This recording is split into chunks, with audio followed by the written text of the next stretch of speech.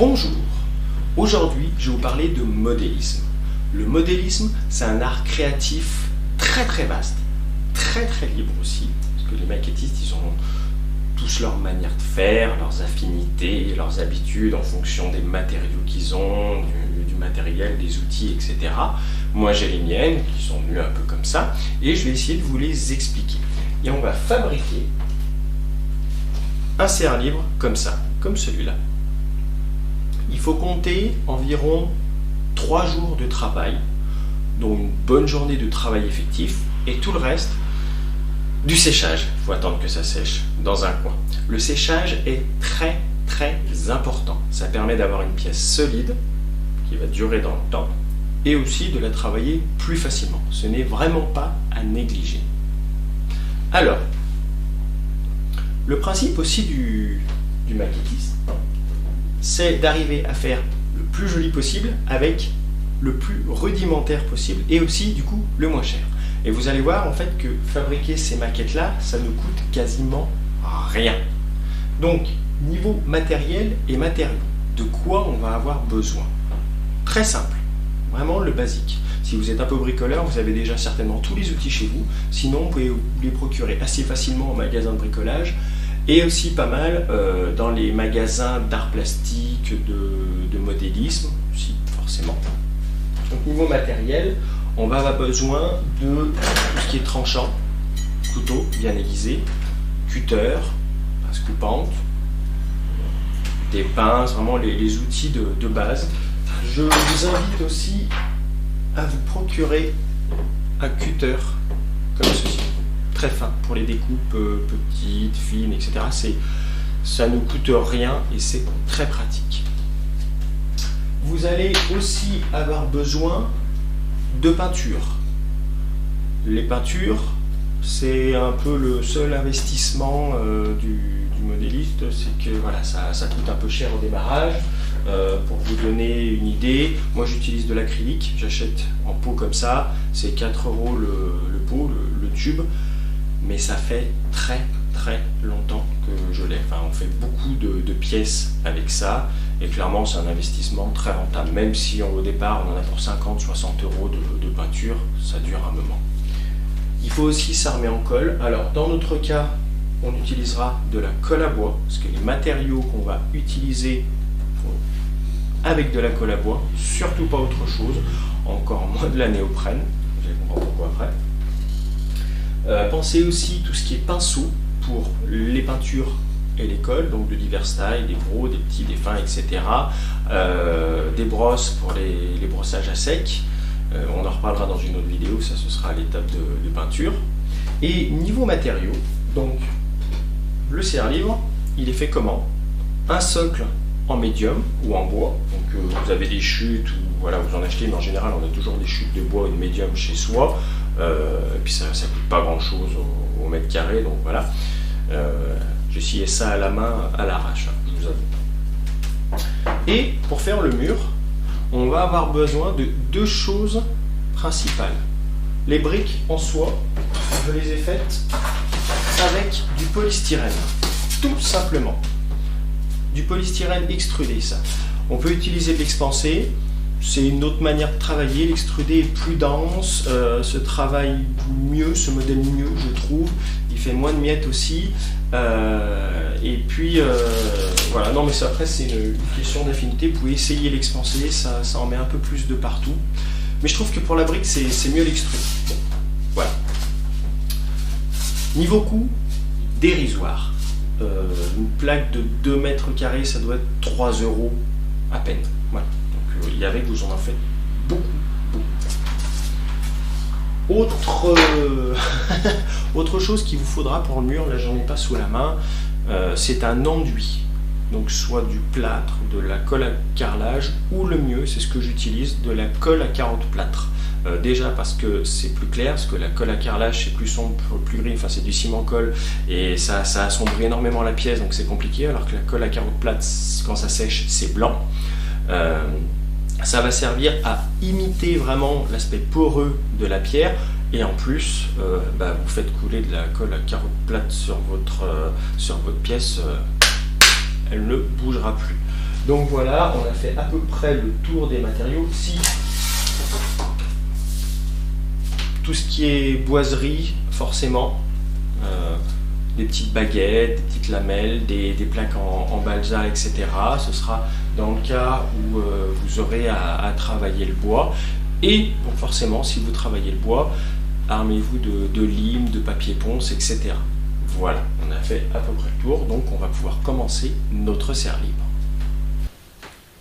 Alors, la première étape, on va découper le polystyrène pour en faire des briques. Ces briques, on va ensuite les façonner pour qu'elles ressemblent à des pierres et on construira un mur. Alors pour couper, le couteau qui coupe bien, assez plat parce que sinon ça fait des coupes en biseau un peu étranges et il faut bien l'aiguiser. Alors moi j'ai une table que je peux sacrifier dans tous les sens. Faites ça sur un plan de travail que vous pouvez, voilà, mettez un socle, protégez votre table si elle doit être protégée. Mais clairement, moi je la bousille. Mais je peux me le permettre. On coupe ça environ, ça dépend de la taille des pierres que vous voulez. Moi je ne les fais pas trop grosses, donc on va dire à peu près 1 pouce. Voilà, on va couper 1 pouce de largeur. Et le but, surtout quand on fait des murs un peu anciens, châteaux, etc., c'est de ne pas faire régulier. Donc il faut couper à vue d'œil. Alors pour couper, vous faites une première entaille, histoire de... Et ensuite, vous repassez derrière. Et si vous sentez que ça force, vous relâchez la pression. Parce que sinon, ça va arracher votre polystyrène et ça ne va pas le couper. Et derrière, c'est parti. Voilà. Donc on a notre bande. Et ensuite, on va couper ça, bande tilée, pareil. On coupe ça de manière assez aléatoire. On fait des petits, des gros, etc. Parce que de toute façon, on va les modeler de manière assez aléatoire. Hop, voilà. On va se retrouver avec notre quantité de dés. Pour un mur comme ça, à vue d'œil, il en faut une vingtaine. Donc je vais en avoir encore un peu en réserve là. Voilà. Et ensuite, on va passer au fameux façonnage. Alors, je vous l'ai déjà montré plusieurs fois.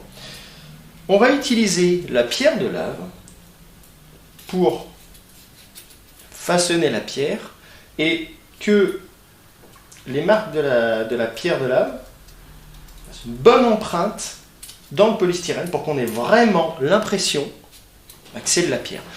Donc, on penche un peu, on appuie et là vraiment, on a l'impression que c'est un effet pierre.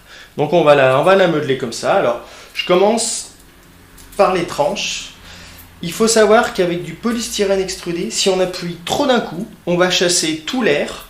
Et si on appuie trop d'un côté, et l'autre côté, on pourra beaucoup moins l'aplatir. Donc il faut y aller doucement au début. On fait les angles et les arêtes tranquillement. Voilà. Là déjà, on a un petit arrondi. Et ensuite, on fait les côtés.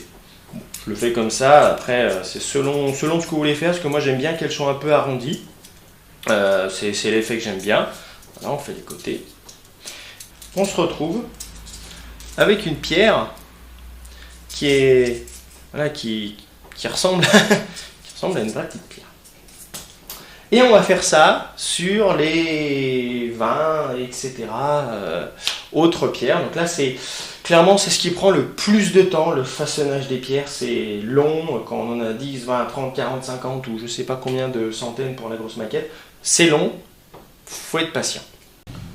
Alors, une fois toutes les pierres façonnées, ou vous pouvez le faire au fur et à mesure, on va passer au collage. Alors, pour le collage, comme je vous le disais, la colle à bois. Jamais de néoprène avec le polystyrène. Si vous voulez imiter un peu du sang d'alien qui va ronger la pierre, vous pouvez essayer, c'est rigolo, vous allez voir le polystyrène se désagréger avec la néoprène, mais non, colle à bois, ça fixe très très fort au point que une fois que c'est sec, ça ne se décolle pas et si vous voulez défaire la pièce, c'est le polystyrène qui s'arrache au lieu que la césure. Donc voilà. Alors, pour coller, un petit bol. Hop, on en met un peu partout parce que sinon le contenu sèche. C'est juste pour vous montrer. Un petit pinceau, tout simplement. Et alors, comme vous voulez, hein, soit vous mettez la colle sur le support et vous posez la pièce. Moi j'ai tendance à mettre sur la pièce, comme c'est pas du vrai ciment, c'est pas très lourd. Alors pour la première ligne, il faut y aller vraiment franco. Il ne faut pas lésiner. Et vous attaquez. Donc là, moi je vais faire une pièce, je vais faire un angle en fait. Ce mur-là était plus droit, là je vais faire un angle. Donc je vais entamer par exemple ici. On pose, voilà, une. Là, il faut mettre ici et ici pour bien que ça colle des deux côtés. Un côté ici, un côté là. Voilà. Tac. Et on va faire ça avec toutes les briques. Et on va construire ça au fur et à mesure. Juste pour information, ce que je ne vous ai pas dit. Si vous n'avez pas de pierre de lave chez vous, vous ne trouvez pas d'autres cailloux, hein, pierre de lave c'est bien, mais d'autres cailloux peuvent faire l'affaire, vous faites ça avec du papier d'aluminium. Vous faites une grosse boule de papier d'aluminium, vous faites vos formes, etc. Et ça peut largement faire le boulot. Le papier d'aluminium, on en trouve très facilement, donc ça, il n'y a pas de souci. Voilà, donc on va continuer à façonner les pierres. Voilà, je pense que j'en ai façonné suffisamment pour vous montrer un peu comment on va fabriquer le mur. J'en ai fait une un peu plus grande que les autres. Ça va être pour faire le linteau au-dessus de la porte, parce que je choisis de faire une porte. Vous pouvez faire avec 2 pierres, mais je trouve ça plus sympathique. Il faudra aussi, certainement, procéder à des découpes. Pour ajuster, etc. Il ne faudra pas s'empêcher de faire des pierres beaucoup plus petites, des fois en lamelles, pour essayer que ce soit droit, que ça tienne d'aplomb, etc. Et pour simuler l'ouverture de la porte, parce que je ne vais pas la fabriquer tout de suite, je me suis fait mon petit cube témoin de la largeur de la porte, que je placerai à l'endroit voulu, histoire de, et puis je pourrai aligner les pierres derrière, que ce soit bien d'aplomb, etc.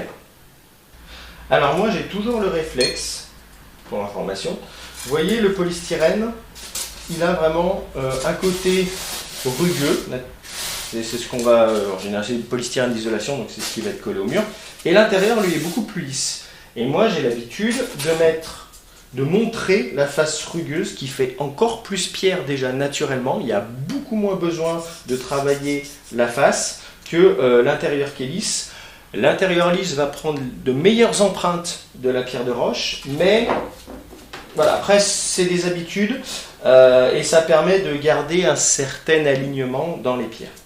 Alors celle-là par exemple, voilà, elle paraît un peu trop haute, elle paraît un peu trop haute par rapport au reste. Donc ce que je peux faire, hop, on l'écrase un peu, voilà. Alors on peut l'écraser avec le doigt, c'est un coup à faire trop de choses lisses, on l'écrase un peu avec la pierre, elle allait bien. On peut toujours les remodeler, c'est du polystyrène, on en fait ce qu'on veut. Et on continue. Il faut faire très attention, je ne vous l'ai pas dit, aux petites pelures de découpe, etc.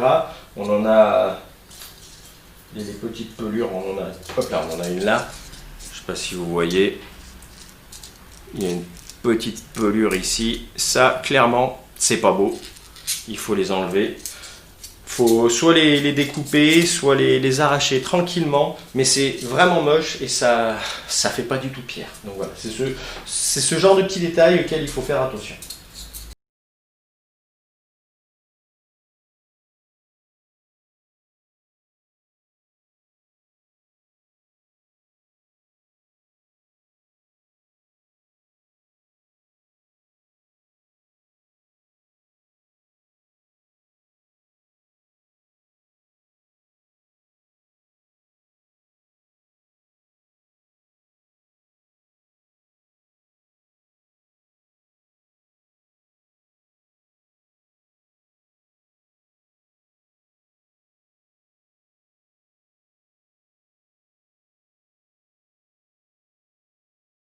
Voilà, le collage est terminé.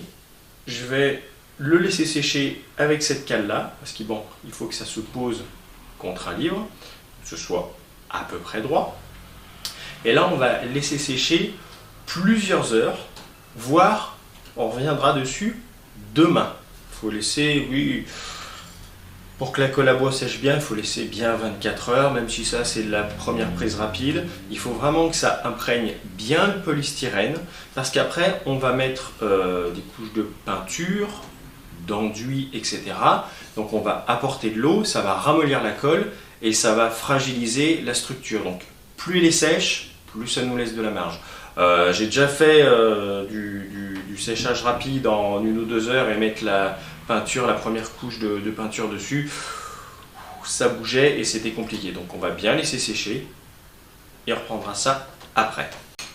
En attendant que ça sèche, nettoyez, parce que là, la colle à bois en fine couche, ça sèche vite, il faut nettoyer votre bol. Je prends un bol normal parce que la colle à bois dessus, ça s'enlève facilement. Quand c'est sec, ça se gratte, mais ça se nettoie encore mieux à l'eau directement quand c'est encore humide. Donc voilà, nettoyez toujours votre matériel.